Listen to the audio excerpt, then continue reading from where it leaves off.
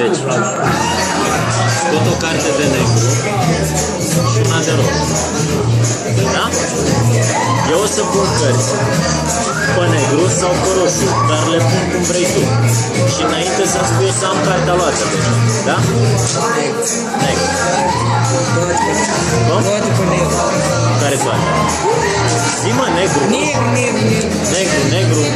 Negru. Eu oricum o să inversez culorile, o să vezi.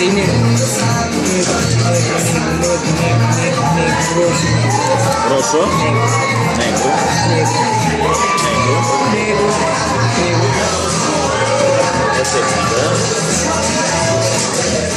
Mai zi.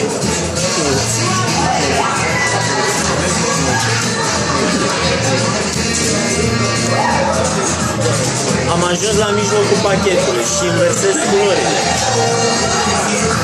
Pentru că tu puteai foarte bine să-mi spui negru până la capăt și ele sunt în două culori, da?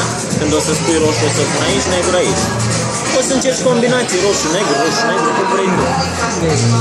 Negru.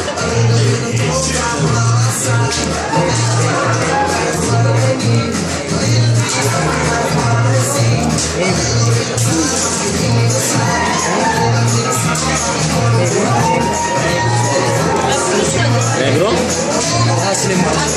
Ha? Vrei să mai iau din ele să pun pe roșu? Nu? Pe roșu nu mai avem ce să facem, știi?